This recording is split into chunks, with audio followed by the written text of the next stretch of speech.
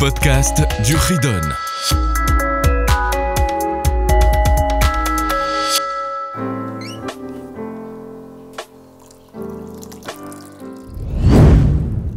Bonjour les enfants, nous voilà pour le chapitre suivant, chapitre 196.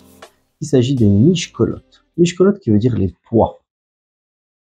En effet, les poids on en a souvent besoin pour le commerce, pour savoir qu'on en pesait pour vendre, que ce soit des fruits, des légumes, toutes sortes d'objets. La Torah nous demande de faire extrêmement attention au poids. On a 3 mitzvot. Première mitzvah, d'avoir des balances et des poids exacts.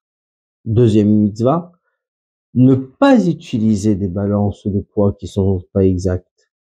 3, ne pas en posséder. C'est-à-dire, à part ne pas les utiliser, ne pas en avoir à la maison. Ces 3 mitzvot sont les suivantes, la 470, faire attention au poids, mozne tzedek, avne tzedek, des poids justes, des pierres justes. C'est tout le temps, à tout moment, tout endroit, jusqu'aujourd'hui d'ailleurs. Mitzvah 471, ne pas tromper, ne pas escroquer avec de faux poids, sur lequel il n'y a pas de punition. Kadosh Baruch Hu nous le demande tout le temps, pour chacun.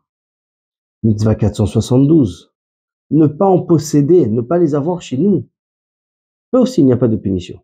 La Torah nous demande de faire extrêmement attention, et ce jusqu'à aujourd'hui. Alors, qu'est-ce que ça veut dire? Les précisions de cette mitzvah. Aujourd'hui, on a beaucoup de produits qui sont liés avec les poids, bien sûr.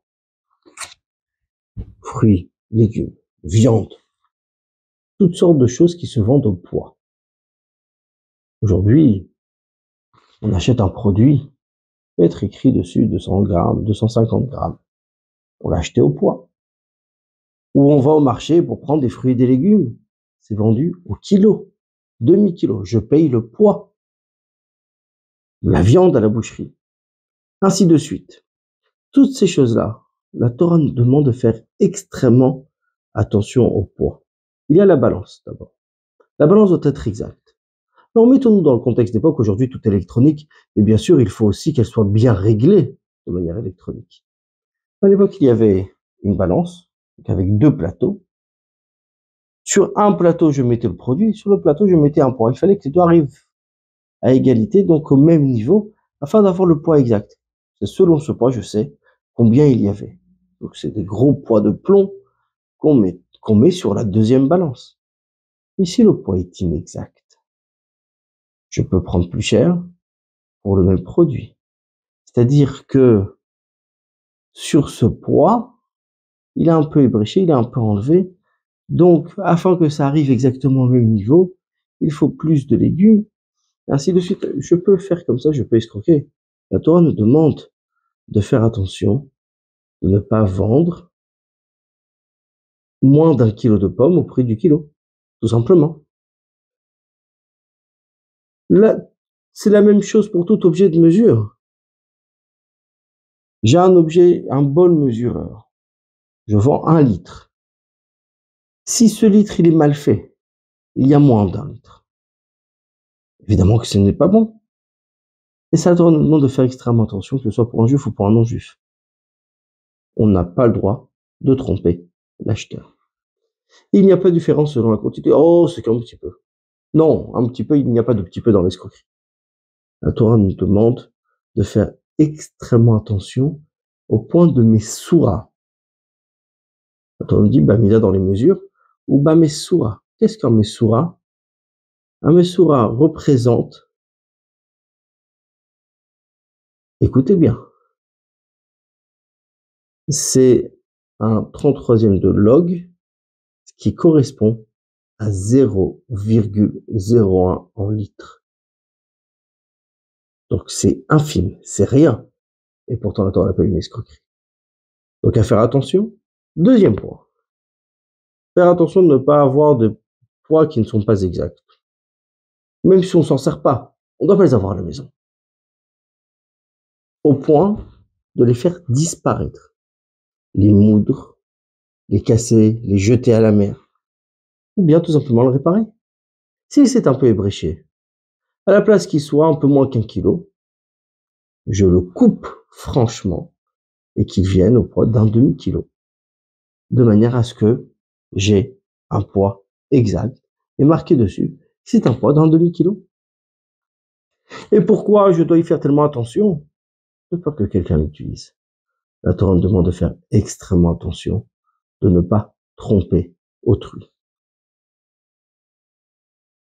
Pour que ces poids durent et qu'ils soient exacts au plus longtemps possible, la Torah nous demande de les préparer avec des objets, avec des matériaux qui vont durer. Donc si c'est du métal, du plomb ou d'autres sortes de métaux qui rouillent, qui s'effritent et qui s'abîment avec le temps, c'est pas bon. Donc la Torah, au contraire, préconise et demande qu'on ait des poids en marbre, en verre, en pierre, où le temps et la durée ne jouent pas sur ces poids et resteront toujours exacts. Aussi, le commerçant a le devoir de vérifier que ces poids sont exacts, les nettoyer, y faire attention, les nettoyer 2 fois par semaine. Une fois par semaine, nettoyer toutes ces balances. Et pour ne pas que ça rouille, pour ne pas que ça s'abîme. La Torah nous demande d'y faire extrêmement attention. Et un vendeur en gros, en grande quantité, il doit nettoyer une fois tous les 30 jours. Un homme particulier qui ne vend pas beaucoup, mais qui a des poids à la maison, la Torah nous demande une fois tous les 12 mois. Donc, c'est-à-dire qu'ici, on a beaucoup de détails concernant que ce soit le commerçant gros, le particulier. Puisque la Torah nous demande de faire extrêmement attention à ses poids, celui qui a transgressé n'a même pas la punition de malkout, c'est-à-dire les coups donnés par le Beit Din. Et on peut toujours rendre un vol. Donc celui qui s'est rendu compte qu'il a escroqué, il peut faire tchouva, il peut le ramener. S'il est possède à la maison, également il n'est pas puni.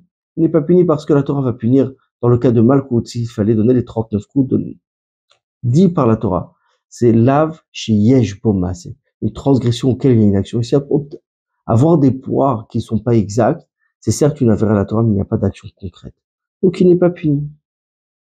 Mais il doit faire tchouva, il doit les enlever, ou les rendre au poids exact. Et bien sûr, s'il a escroqué avec, il faudra rendre tout ce qu'il a escroqué. De cette manière, il fera tchouva. Voilà pour ce chapitre. À bientôt.